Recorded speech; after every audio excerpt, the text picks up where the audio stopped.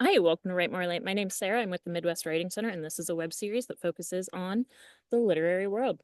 Um, Once a week, for folks who maybe haven't tuned in before, once a week, I give some kind of teeny tiny writing lesson. Once a week, I talk to somebody doing something awesome in the arts. Today, you're very lucky that it is an interview day. After we do our interview, I will give you updates on the Midwest Writing Center, and then we'll have a prompt for you.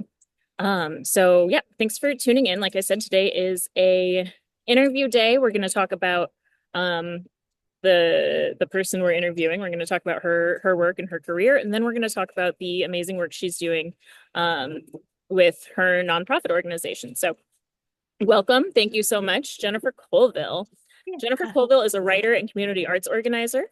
In 2013, she founded Prompt Press, which you should look into, a project connecting visual artists, book artists, and writers. She speaks and leads creative writing workshops on the inventive feminist voice and the intersection of writing and visual art.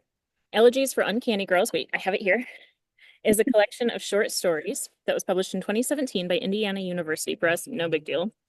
She's taught at the University of Iowa, San Francisco State, Coe College, and Cornell College, among others.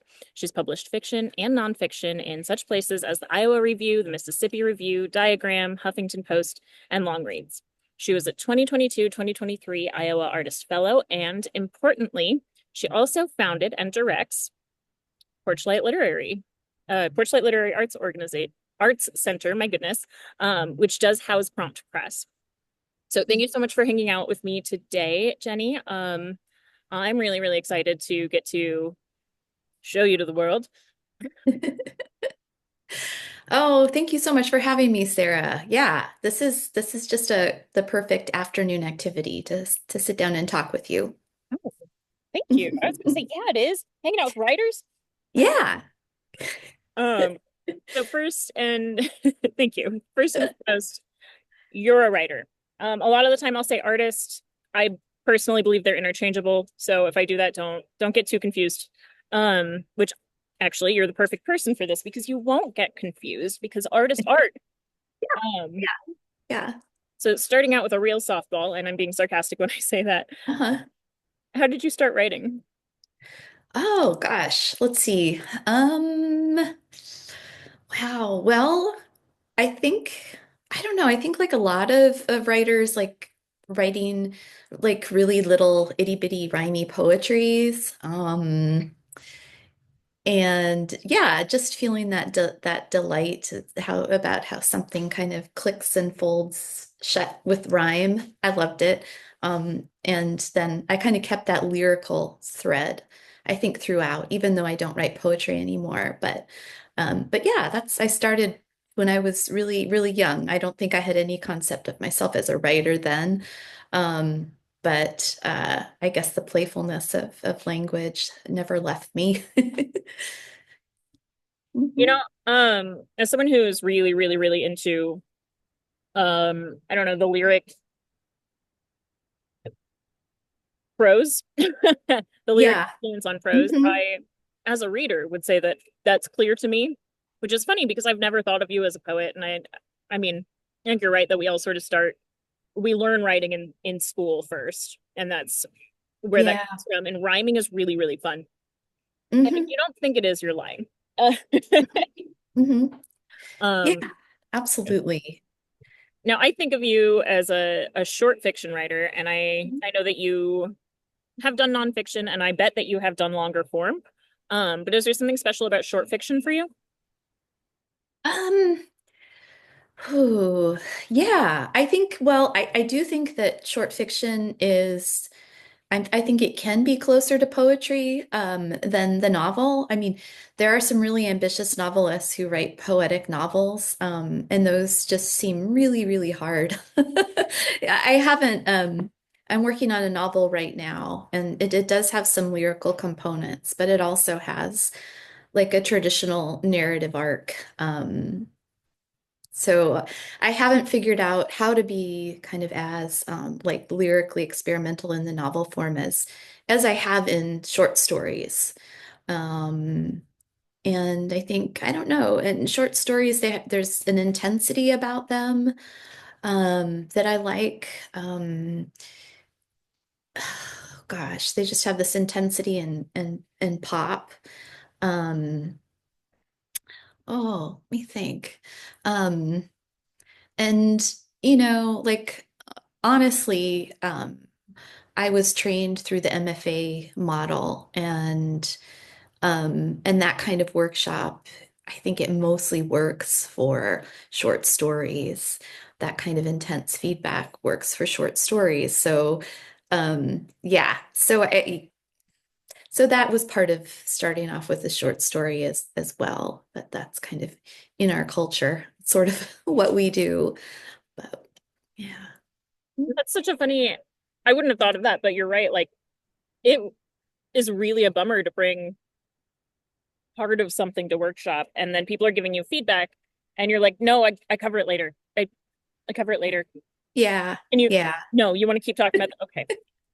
Yeah, no, totally. And I think I just read something about like I don't think it was Lauren Groff who taught was talking about this in the her intro to the Best American Short Stories about how there's also something just so vulnerable about a novel and so sort of I guess it's like always it's in process for such a long time that when you bring that level of scrutiny that a workshop has to the novel, it can really maybe stymie that tender thing that needs a lot of space to grow. Um, It's, uh, I hadn't thought of that. I hadn't thought of that, but it's also like, if you're not looking at whatever the piece is, like the whole picture of it, feedback might mess it up, like especially yeah, into the wrong feedback, which is tempting to do sometimes.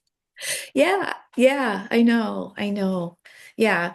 At PorchLight, we've just started doing these prose exchanges where, and a lot of people are bringing in chapters of novels and process. So we really have to um, keep reinforcing that these are drafts, these are just give us your big picture kind of comments and no line edits, not yet.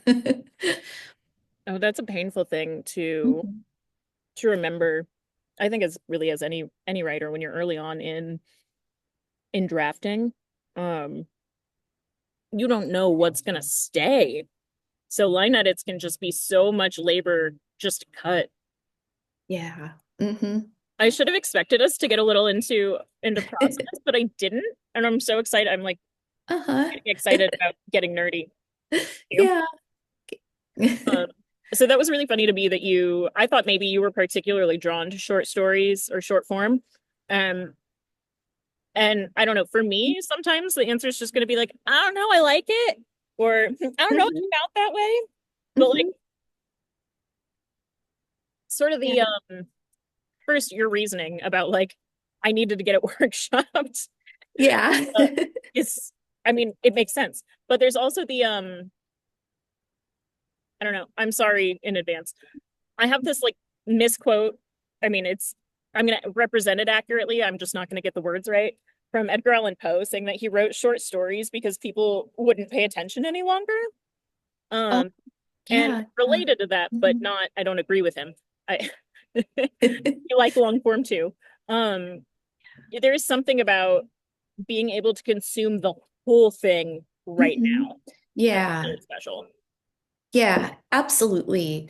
Um, yeah, it's like kind of like the length of like a movie. You could movie maybe is like a rough equivalent. Maybe they're shorter. Um, but but yeah, but there is something really exciting about like taking in the kind of the beginning, middle, and end all in just like one sitting. And I think that's where the intensity comes in. Um, Yeah, and totally. I think that's what Edgar Allan Poe, because he was one of those guys who was like first theorizing, like, what is a short story? And I think that was part of his definition is that is that it had that it packed that intensity in that brief space. That's one sitting. Yeah. And I'm now thinking like I haven't picked up the Lauren Groff Best American is the 2024, right? Yeah, I think so. I've been I've been eyeing it and I haven't picked it up yet, and I want it. I know a couple people who are in it, and I know Oh, wow. not not that that's true. Yeah. I know a lot of people I really love are in it, like whose work I really love, who I don't know. Um, but I'm just always like, but I have this stack and that's this other thing. And it's like, because a lot of the times with collections, it's hmm it's a unit put together in a way on purpose. And when you anthologize, it's not necessarily like someone's putting it together in an order on purpose, but this is your question. Yeah. Like this hmm is stories that go together. This is stories that are independent, but then as a group, they're doing something as well. I like to, compare it to an album or a playlist. I think that for whatever reason, that's an easier concept. Um, so yeah, so what don't know. My defense Yeah. not buying that anthology. Anyway, Yeah. It's another beautiful thing about I love that analogy to a playlist that I love think and that goes back to the lyrical component that short stories can have. That's cool. That's something that they short story collections can do that novels kind of can't, or I guess they can, but um yeah, but just having these very kind of discrete units that are linked and um, linked by some theme, but are discrete, and that you could kind of stop and start and enter in where you want to, and not have to go from the whole, the way you can fast forward through a tape or a playlist, and you can also fast forward through a short story collection. That's fun. the metaphor just it took on a life of its own. I love that. Yeah, yeah. And I did want to say you mentioned the difference or what you're currently thinking about with writing a novel, which I didn't know you were writing a novel. I'm so excited. Um, about the way that you play with form. I was trying to find one of the stories because I think that you are sort of, how do I say this? Not You're not unsuspecting, but come approaching your work is unsuspecting that you're going to be so flirty with form and Mhm. yeah, form is the word. Yeah. Structure. So I think that's cool that you're sort of undercover about it. So really, Hmm there's a lot to learn there. I'll get back to my scheduled programming here. Uh, Okay. but I did take a note. Are you willing to talk at all about the novel? It's okay if not. Oh, yeah, sure, absolutely. So, oh, yeah, I think because I really kind of, I get inspired at the language level and by kind of lyrical writing, by images. Um, the novel started taking off when I allowed myself to really go into those image pockets and to kind of feel how those different images linked in different sections linked together. Um, like I had the plot, I had the whole general plot, but that's not the fun part for me. And so it started taking on a life when you could go into those images and um, yeah, and so I think that the novel is going to have a non-traditional structure. Um, it's told in two points of view. The first point of the sort of framing point of view is kind of like a Mrs. Dalloway situation, a middle-aged woman walking around her neighborhood, thinking about her past. Um, and in this case, also thinking about an experience she had with a mentor that was predatory. And she's just learned that this mentor is in prison for child pornography. So she has a lot to think about. She also has children who pop in and out of the frame that she's trying to parent as she goes through her day, or kind of not. Her husband's supposed to be parenting them, but they pop into the frame anyway. So that those I guess I use a lot of interruptions is what I'm saying with the with the children. So interruptions is like a like kind of formal device. Um, and then sort of interspersed between that frame is the story that she's trying to write about like her last week as um, a graduating senior in a small liberal arts college and the interactions that she had with this predatory mentor. Um, and so that's a different voice, totally.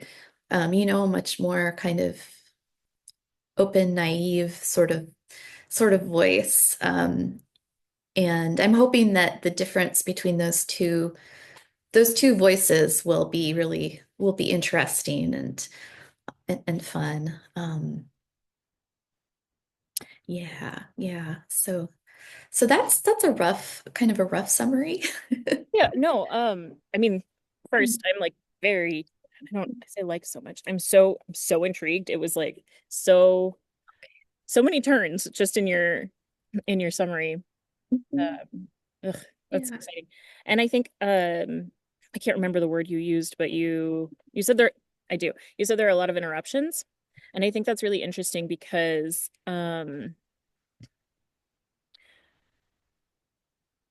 thinking about short stories maybe being more I was going to say innate, more familiar to you, and thinking about lyricism with like vignettes and the way that I mean, it sounds like our protagonist has been through it. And I know that we've learned over time, like the way that we narrate in writing, trauma happens with all these interruptions and like disordered Mhm. timelines. So it sounds like it's going to be. It sounds like that Mhm. Yeah. path makes sense for the work. Yeah. Oh gosh, absolutely. I think, yeah, I think I did not know kind of going in how much, writing about a trauma would kind of inform the structure of the piece. And yeah, and I think I'm glad I didn't, because I think sometimes if you think, oh, okay, it's trauma, so I'll try this structure, imposing that before kind of might kill some of the magic of it. But yeah, I think that that's a big part of it, that stories about trauma, they often ask for or kind of demand a form that's not the Aristotelian, um, the swooping arc, the climax and denouement. Um, yeah, yeah. So Have you been teaching recently? yeah. Yeah. Yeah, I teach at Co-College now. Yeah. Part-time, a little bit. A I little was bit here and there when I can. I love teaching. It does energize me as long as I can do it in small amounts. So, I yeah. was just you Mhm. referencing the with the arc and the Yeah. um Hmm. denouement. I was like, I'm going to school. Yeah. No. Oh. I've got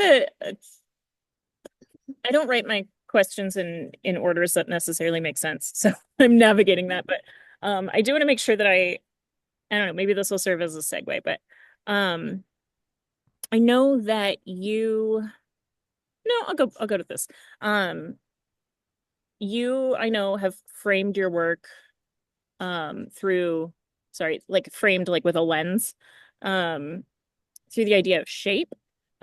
Is that something that you think of from the beginning, or is it something that you notice in process or after the fact that shape happens? And I guess maybe we should define shape. Yeah. Yeah, definitely. I think it for me it's happened after the fact. I think um but subconsciously, the that definitely that triangle or that arc is the shape that we're kind of hit with the most. And that's something I think that we don't really even have to think about too much, um, because we've read it so much and it's imprinted there so we can or I don't know, a lot of writers just tend toward that shape. Um, and I think I always sort of fought against that. Yeah, yeah. Um, I resisted that because because I'm a lyrical writer and I write through images that are kind of interlinked and um, yeah, and then often I'm writing about trauma or identity, and that often carries a different kind of shape. But I'm trying to think if I could, and something I have my students do as they're working, because like to answer your question, I think that you don't always know where what the shape is going to be in advance. Um, and that imposing that can in advance can be kind of limiting. But I'll have them, as they're writing, sort of just draw like what shape, map out a diagram or do something, some kind of visual representation on paper of how this piece looks. Um, and yeah, and so that's fun and books like that Spiral, the Jane Allison book, Spiral Meander. Yeah, th those have been so great, I think, for opening up those possibilities and pointing people to other works that have done that kind of for a long time, that tend to be actually, they don't tend to be mainstream as much as as the more traditional forms, but people have been doing them for forever also. So that's yet another myth that doing like a meandering piece might be like new and innovative. People have been doing those for a long time, and oh gosh, um, think of like a novel like Tristan Shandy or I'm trying to think, or Proust even, Um, That was so, I'm sorry. I know that that was a big question, but I was excited about it. yeah, yeah. I you also said, well, first I think that would be really useful to go back to a piece and look at its shape like from the outside. But now Mhm, I'm thinking too, like that's probably a really good exercise to start with, to be like, this is what I mean, just as an exercise, right? Like I yeah. don't love Mhm, mhm, hard restrictions when, when it's not necessarily right. That mhm. could be, yeah, that could be really wonderful. So thank you for Yeah. entertaining that for me. Um, Another thing I wanted to talk about, this is just like a weird swerve, but I think it's important to bring up with your work, both as a writer and as a person who's running a press, person who's running a nonprofit, person who, exists in the world. Feminism takes up a lot of space in your work. And I'm wondering if you would be willing to talk about that, because I didn't put a question mark at the end of it. It's not a straight question. It's Mhm, like asking why would be silly, but it's also like how else do you live if not? mhm. Yeah, yeah, no, I think it's an yeah, I am one of those writers who um hmm, thinks that that political questions do inform my work. And I think that's becoming more and more of a thing, of an okay space to be working in, which is great. And I think for me, um, I discovered feminism kind of rather slowly, I think, growing up in the 80s and the 90s. And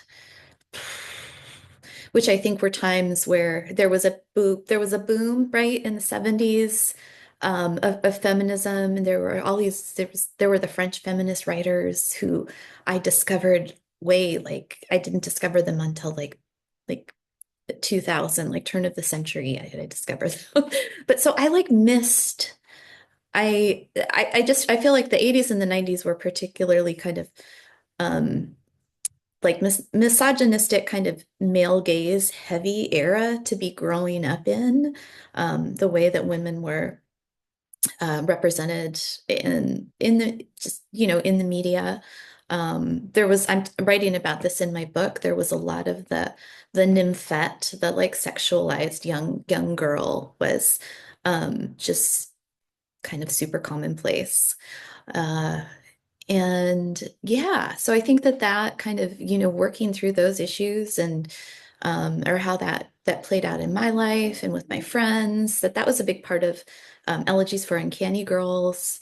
And and it continues to be, kind of a big place in my life. And then like going back to form too, when I did discover the French feminist writers like Helene Cixous, um, who wrote the oh gosh, what's The Laugh of Medusa.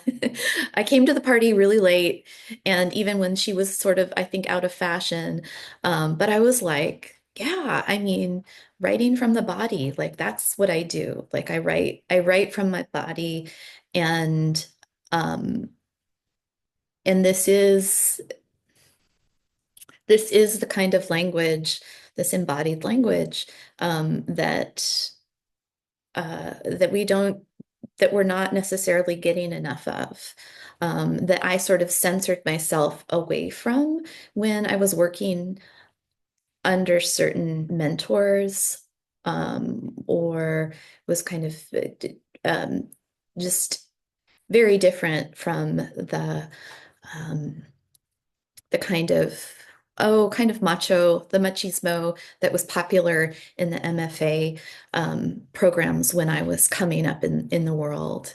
Um, yeah, yeah. So even formally, I think you see those sorts of different kind of political stances. But does that make sense? Yeah, and you started with something that I forget is like I forget that because Mhm, how do I say this? In my mind, we live in a world in which the body is a political object. No matter who mhm, you are, that's the world we live in. So it's crazy to me to think that like things are or can be just political or like off limits because of political uh mhm.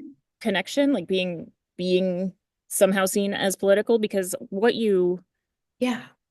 every moment of your day can be politicized, some people can't tie their shoes and some people can't, the things you choose to eat or and sorry, I'm saying like there's a disability component to tying your shoes and Yeah. the what you can afford to eat versus what you are Mhm, able to eat versus I'm trying to think of really boring mundane everyday things when I say that every single thing you do has a political component whether you like it or not, whether you know it or not. And so mhm.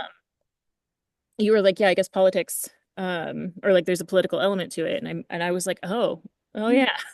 Because that's just beyond beyond my ability to separate out at this point. I'm like, this is just living.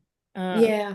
Hmm. And that's something that I particularly admire about the way you move through the arts community is that it just is a fact of being here that feminism has its place here. And I didn't think so much about it in that it was special so much as innate to you.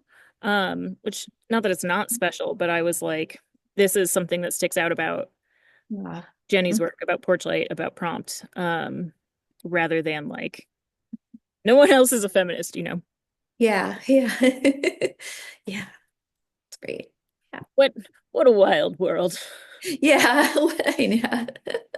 Yeah, I think that living in the Midwest, it's just yeah. I think because I grew up in a bigger city in Tucson, and then I moved around a lot for academics, and then um, but being in the Midwest, it does sort of, you start noticing things about yourself that you didn't before, or the people start noticing things about you that they didn't before. That like it's interesting. Yeah, it's very interesting. And that's yeah, no, that's really oh man, I'm gonna find a way to make a prompt out of that. But yeah, the way we move through life geographically for sure informs Mhm. our lens through which we navigate it. Yeah, yeah, Turn that into a decent absolutely. sentence. Uh-huh. Yeah, yeah, yeah. Um, Mhm. okay, so I think being around other writers is the most important thing I can do for myself or artists actually. My sister's I always say my sister's a painter, but she's a visual artist first and foremost, whatever that means on any given day. Um, and she and I lived together for a while, and every single week we made sure we just made art together at the same time. And sometimes he's her husband now, but he would come over and play music because neither of us are musicians. Um, so I want to say I mean artist when I said writer this time. Just being around other artists is so important to me to like my health as a writer, but also my health as a person probably, but both in like what I'm able to generate, like productivity wise, but also in my ability to see the work and navigate the work and engage with other people's work. Um, Mhm. which is to say, um, my understanding is that that is a big part of your mission at PorchLight. And I would love to hear more about how you started PorchLight. Yeah, absolutely. Um, yeah, so PorchLight, I knew we had to have a sort of like a different angle coming into Iowa City, which is known for the workshop.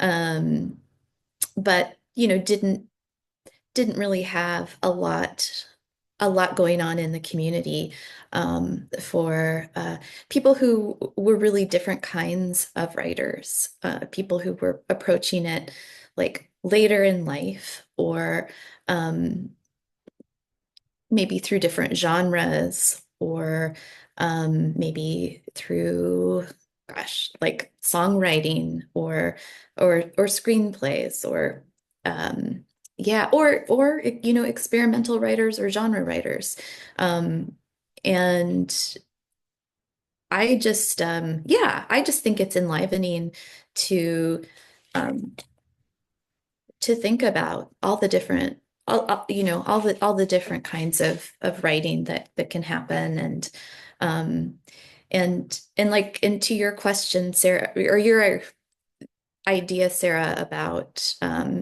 being around different artists who people who are working in different modes and that being important to your process. That's also always been important to my process. I went to a performing arts high school. Um, I was lucky. It was like a magnet school, it, and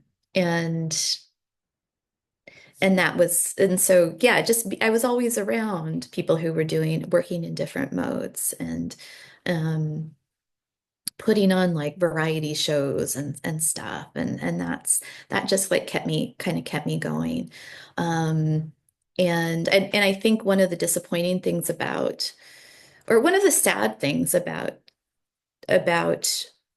writing going into the academy is that those things became very siloed and I had to go out of my way to like take a painting class or to I don't know, get to know musicians.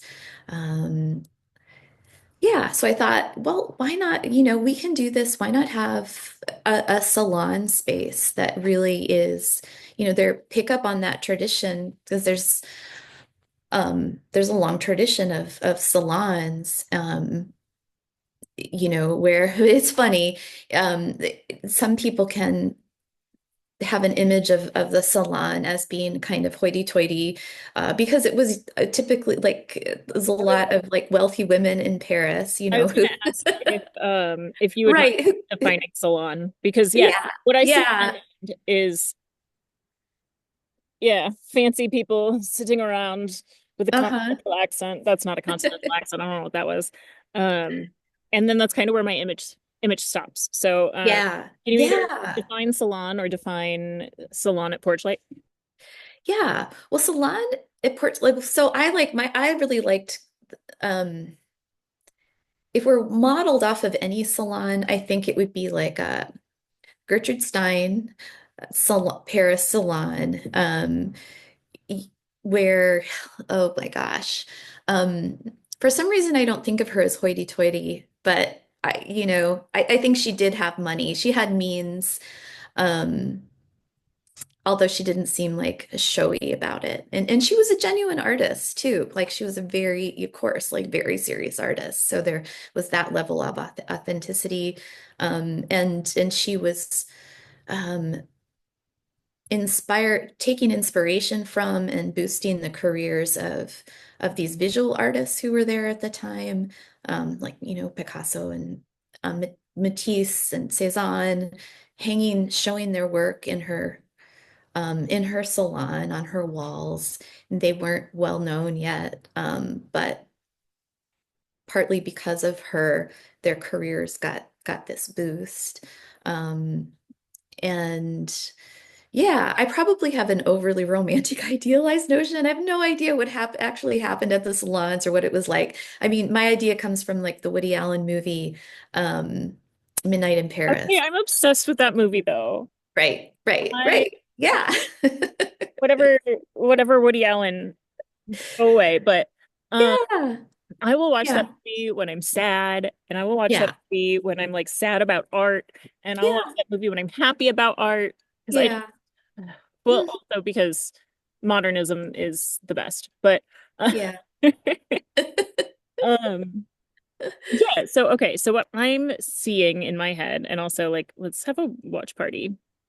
I've got it on DVD, so we don't have to Okay. what I'm seeing in my head is people in a room getting excited about art. Yeah. Yeah, definitely. We can engage with it, or we can talk about it, or we can nerd out about it. We can Mhm. definitely have some tea. Yeah, absolutely. And the crossover between genres, like Hemingway famously said, like he wanted to write like Cézanne painted. So there was something in that visual, that other mode that was influencing his work. And then Gertrude Stein wanted to write like Picasso painted. So there was that crossover. And so I do think that bringing different modes together has the potential um, to really spark kind of new inventive things. So yeah. Yeah, okay. That's I mean that's the dream, right? Like that I was saying. Um the things I look forward to or the things that I'm so sorry. Um Mhm. the things that I look forward to or get excited about are the I'll look back on and like be excited about them later is those times when you're sort of unexpectedly in a space like that and you are seen and you are engaged with and you leave ready to make something or maybe you make something then and there. I'm sorry, I Yeah. like Mhm. don't remember that my computer makes phone noises, so I'm gonna turn my do not disturb on. Yeah. Yeah. Yeah. We're so the series that we're doing, the Late Salon series, is about bringing interdisciplinary, or not necessarily interdisciplinary each person, but maybe so oh gosh, the last I'm trying to think about um um we had a salon about what was it? Music. Um it was a musician and a poet um and just they just talked about those cross currents. Or we had, I'm trying to think, one about it was a photographer and a um, I think it was another kind of musician as well. I don't know. There are just so many possible I know there've uh, been so many lately. combos. But um, Yeah, and it's I think, how do I say this? When I've been like it sort of feels like it starts out a little bit formal because people are like, "Oh, I'm here. I'm going to listen to these people talk." And they have a yeah, conversation and then suddenly everyone is having a conversation. Not suddenly, but like yeah, very yeah. naturally everyone is part of the conversation. And I don't know, that's cool. Especially because like you go there because you're like, "Oh, well, first of all, I'm unfortunately it's got some cool people coming, but maybe you're excited about one of the specific people or like the combination of media that are there that day. And so like these people are experts at least um in Yeah. whatever it is that they do, and you get to just be part of that. It's not like I'm going to see a lecture at a place and I'm paying my ticket price to watch somebody else talk. It's like you're here, you're part of it. Yeah, absolutely. And I think the informal kind of setting of that, like being in a living room and um on all these all different shapes and sizes of chairs.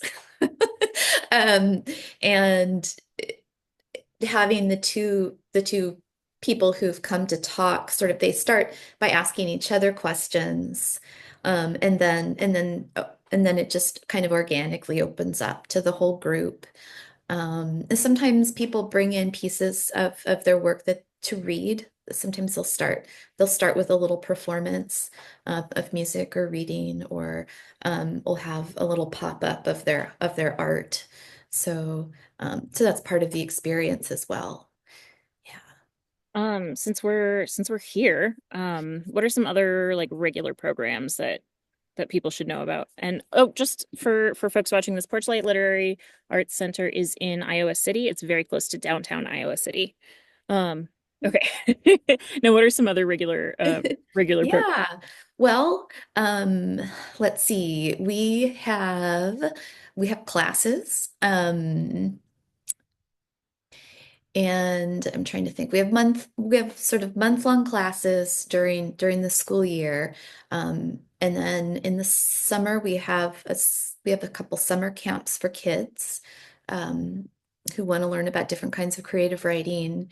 We have, let's see, we always have the free gen, which is led uh, co-produced by Iowa City Poetry and PorchLight. It brings a writer often from the university, to talk a little bit about their process and give a prompt, and we all write together and just go around and give positive sort of feedback. That's been going on for 12 years. That's a staple. That's a super fun group of people, and very low key. And let's see, I talked about the Light Sun salons. Um, Here, I'm hopping over to the website and I'll put that in the description of the okay. video. So for free public events, I'm looking at, let's see, we got the free generative workshop, that's once a month.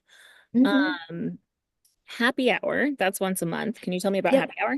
Yep. Happy hour this happens at the greenhouse, which is just kind of down the street from Porchlight, but it's not in a neighborhood, so it's easy in and easy out, and it's a nice open um, uh, bar and gathering place. And that's just, come and um, a lot of our members come and just kind of are like, hey, hi, updates on what's going on with their work.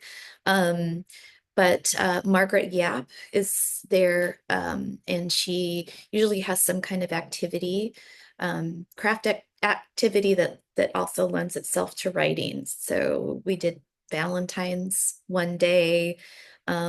Margaret is like the goddess of craft supplies. She has like a million stamps and collagey stuff. And um, let's see, what else did we do? But there's always some sort of writing related craft that if you come in and you don't know anybody, you can like just grab it and work on it. That's what I would do if I was new to a situation. But it's just, yeah, it's just like a social hour. And it's a nice way if you want to find out what PorchLight is all about. We usually have our our flyers with our events. And you can talk to somebody who works there at PorchLight. Um, What yeah. about, oh no, I lost the thing I was going to mention. Uh, um, Mhm. oh no. Oh, you've got open house hours. Yeah, yeah. Every Saturday, this is like a well-kept secret. From 11 to 3, we're open, and people do come, and you can a lot of people just bring a notebook and find a comfy chair and grab some coffee and sit and work. Um, sometimes it's nice to just work quietly alongside somebody else. Other people pop in. That's another time when you can come in and find out about the offerings and the programming. Yeah. Hmm. That's my favorite thing. That's my like number one Ah, okay. thing is like I feel better, I'm more productive if someone else is there also working. I don't, it's not so much like my spouse might be in the same room like cooking or playing video games or something. That doesn't work for me. It's got to be like someone else, working on something. I'm not that picky about it, but when one person is playing, it's different.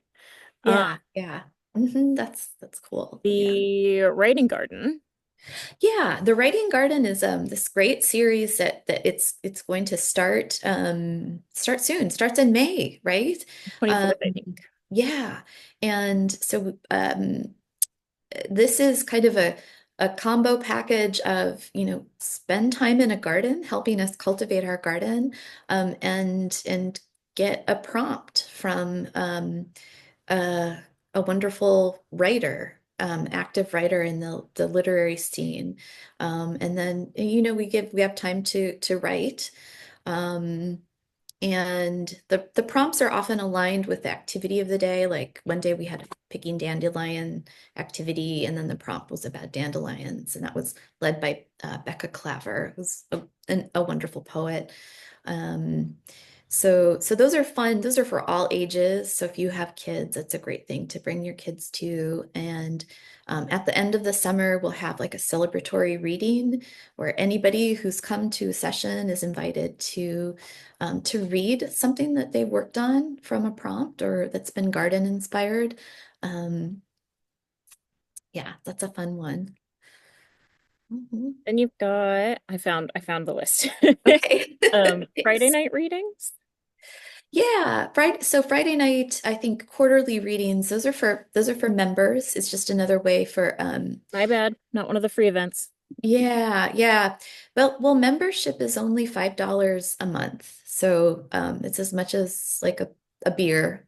So it's almost free. Um, but if you're a member, come, and it's a chance to kind of polish up your work to get it ready for presenting to others, and yeah, to hear what it sounds like. And then Uh, there was one more. There was one more. Found it. Now I have lost that's it free. in my mind. Oh my God, where was I that I found it? Oh, I'm so sad at myself. Oh, the writer next door. Oh, the writer next door. Yeah, yeah. So, Iowa City and surrounding areas, they have a lot of writers that are, busy working on books. that you don't even know about. You don't hear about what they're doing. So we invite those writers and we present their books or read their books and then do an interview, kind of a little talk with them. Um, but is also open that up to everybody. It becomes a group conversation and you get to socialize with that author who might live next door to you. Okay, and then we have some membership only or members only events, and that we already talked about. Friday night readings is members Yeah. only. Mhm. Um, the I'm gonna list them, and then hopefully you'll Okay. elaborate because I want to make sure that we get an idea of Yeah. what you get, right? Hmm. Long project check-in, prose exchange, and poetry exchange. Right, let's Hmm. start there. Long project Yeah. first. No, we talked about that already, so we're good on that. The Lung No, we Project. didn't. We talked about the prose exchange. I'm so Yeah. Oh no, that's so okay. behind. Yeah. And those go hand in hand. And the long project it meets once a month and and that one is free. And that's for anybody who is working on something over 30 pages. And kind of that can be a lonely process. You could come to this group and report on your progress, talk about sort of roadblocks that you have, and and you can set goals. We do set a goal setting session as well. And it's just a great community. It's a way to kind of build accountability into your writing schedule. Yeah. And then another way to, if you're farther along in a process, and you have stuff that you do want kind of critical eyes on.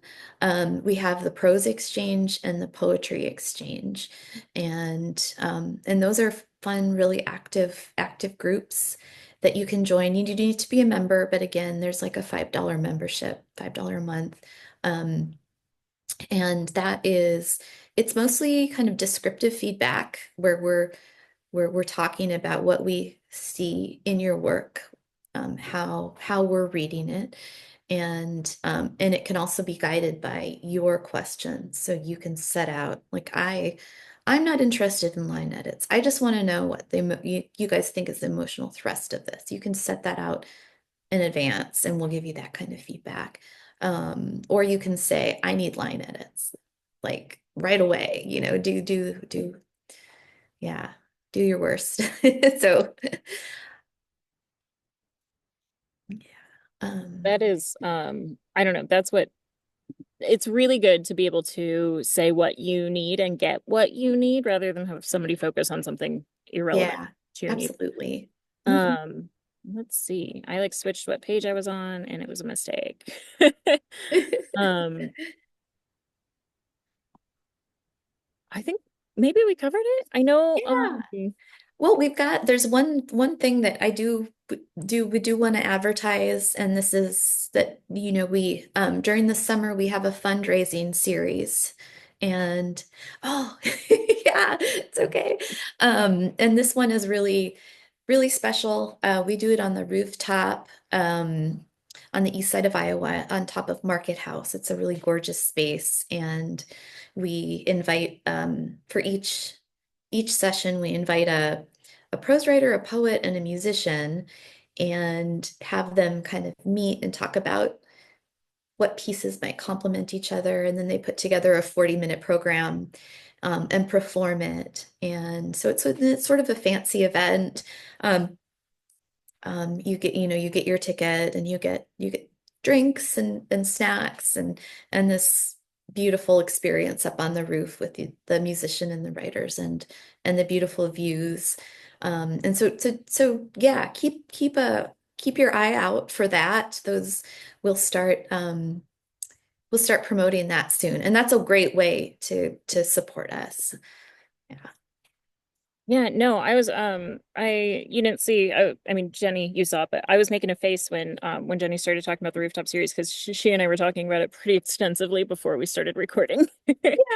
And yeah, it's yeah, it looks really great. And that's there are a few things that are not necessarily free and open to the public or members only. Like classes are often, you pay to go whoever you are, and members get a discount. And I know you've got um, different levels for membership. So you mentioned $5 a month is one of them, but I know there's a variety of levels that come with a variety of benefits. And I Yeah. know I told you in advance I was going to forget to watch the time, and here we are. Um, if you're so willing to talk a little bit about prompt, we can let you move on with your day. Oh, sure. Yeah. Yeah. Prompt Press is part of PorchLight, and we're this is another interdisciplinary project. We connect visual artists, writers, and book artists because Iowa City has tons of book artists floating around. And yeah, we often start with a body of visual art and put that up as a prompt and then invite writers to respond. When we have a good variety of responses, we hand it over to a book artist who designs the final form. So these are beautiful kind of collectible books. And every other year we do a community prompt. The one that we have up now is Prompt for Autonomy. And there's a prompt by Sarah Rule up on the website. And so that's a little different. We that will become a book as well. But it's a little different in that it starts off with like a more traditional prompt, and then writers have responded, and then we'll invite visual artists to respond to that writing, and then hopefully get it out into the world. Each one takes about a year to cycle through and get ready for publication. Beautiful. I've been and I will put the link to the Prompt Press website as well on the description. It's been really cool to see, I've known the prompt has been up for a long time, and it's cool to see when pieces get added to the site that are Yeah, responding to the prompt. yeah. Did I bring? I did. Okay. So I will give now, hold on. Is there anything else you would like to add? Anything you'd like the world to know? Anything I missed before I get into my updates and then our prompts? Today's prompt? Don't think so. I think we covered it. Cool. Just for, I don't know, whatever record I need. Today is May 8th. So the upcoming events that I'm going to list come after May 8th, 2025. Um, and this is May 1st. I'm ready. I'm on top of it. Starting Let's start with this Saturday. A million things are going on this Saturday. All of them are free with Midwest Writing Center. One, we've got Writer Regroup, which is just a writing group. You just hang out and write at wherever we are. So this one will be at Coffee House in the village of East Davenport from 11 a.m. to 1 p.m. Meanwhile, from 12 to 4, we will be at the Boozy Book Fair at Wake Brewing. That's in Rock Island. That's going to be a really, really cool event because it's all bookmakers, indie publishers, a couple of indie bookstores, and then a couple of like craft folks selling, original art. And that'll be really fun. Free to get in, and it's outdoors, so it's not like a 21 and up thing anyway.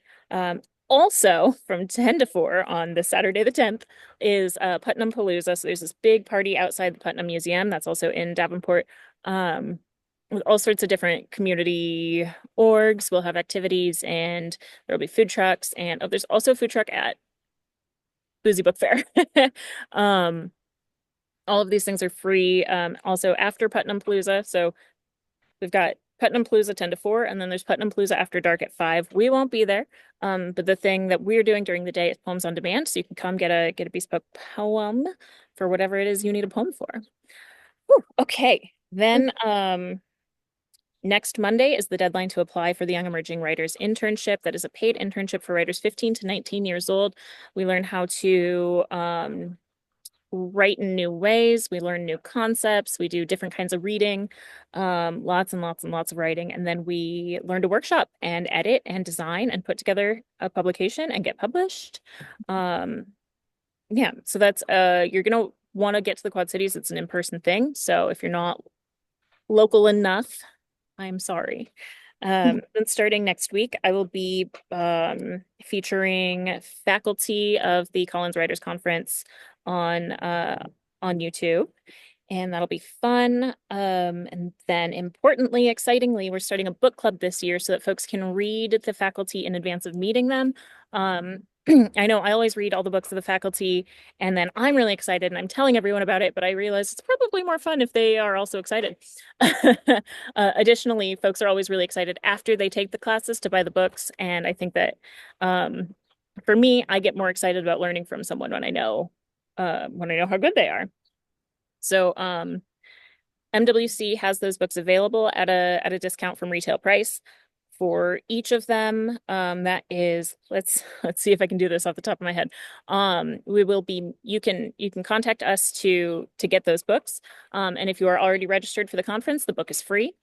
So our novel writing and poetry book clubs will be May 28th, 5 to 6 p.m. That'll be Searching for Petco by Skylar Alexander is the poetry book, and the novel is Fingerprints of Previous Owners by Rebecca Entel. The um, creative nonfiction and short story book clubs will meet on June 5th, 5 to 6 p.m. These are all meeting at the Rock Island Public Library. The nonfiction book is Chicago House Music by Marguerite L. Harold, and the short fiction book is Gridlock by Brett Beeble. So again, hit us up. We've also got a form you can fill out to register. It's a real short form. It's like, which book do you want to read? When are you going to pick it up? See you then. Which I'll have the link to that as well. And then we get to read together and get excited about the conference. Um, I'm gonna do a little combo promo of me and Jenny here. I will be teaching that first Writing Garden workshop May 24th. That's at PorchLight in Iowa City. It's free to come to. We're gonna do some outdoorsy, some really accessible, mild, anybody, like any physical body will be able to do it. Outside stuff. And then we're gonna do some writing stuff, and it's gonna be really lovely. Of course, I should have said 1,000 times already. The Writers' Conference will be June 26th through 28th. We've got the 4 intensive 3-day workshops. Jenny has taught at it before, so like It's we get the quality. Um, and what else? We're accepting manuscript pitches to the Midwest Writing Center. We're not offering.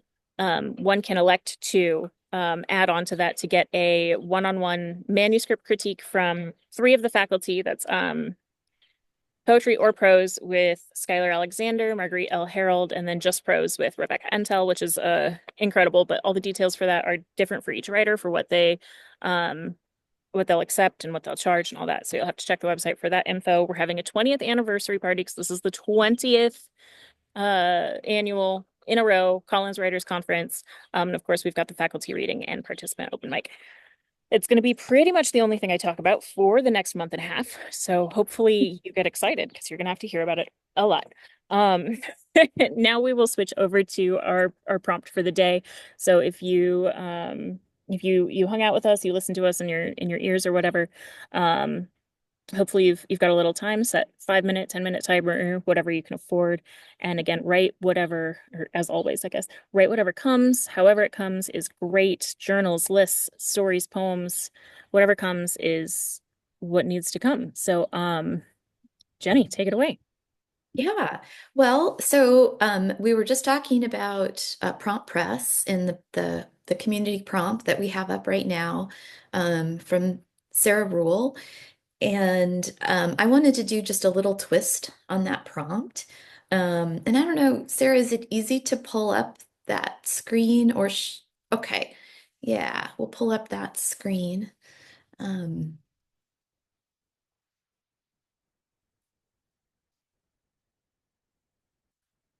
Great. Okay. So, um, here we go. It's prompt for autonomy. Also draw your attention over here to these little these are the responses that we've published and archived.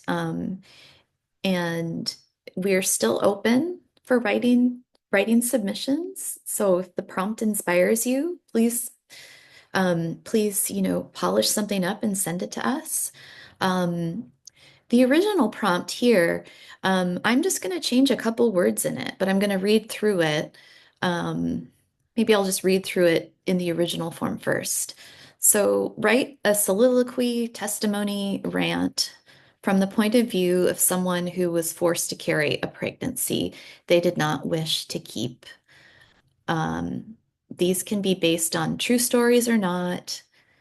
They can be set in the present moment or not. They can be set in America or not. The only ingredients, the soliloquy should contain at least one color, one place name, and one thing a person you know has once said. Start with the word I and keep going. Um, these last things are, I mean, kind of a suggestion. We're okay. You don't have to follow a prompt to the T. And I'm going to switch out one important thing too. And I'm going to say, so write a soliloquy, testimony, rant from the point of view of someone how do I have, who was asked to who censor an embodied aspect of themselves. Um, so rather than forced to carry a pregnancy, asked to censor an important embodied aspect of themselves. So, that could be, oh gosh, I'm fine with whatever it means to you. whatever it means to you. Yeah. I think that's really, I'm sorry, I did not mean to respond. But I love that censor and embodied act is so good. Mhm. Just like it's a beautiful phrase. Okay. Thank you, Jenny, for hanging out with us today. Thank you, friends, for hanging out with us as well. I hope that that prompt is generative for you. And as always, please write more light into your life.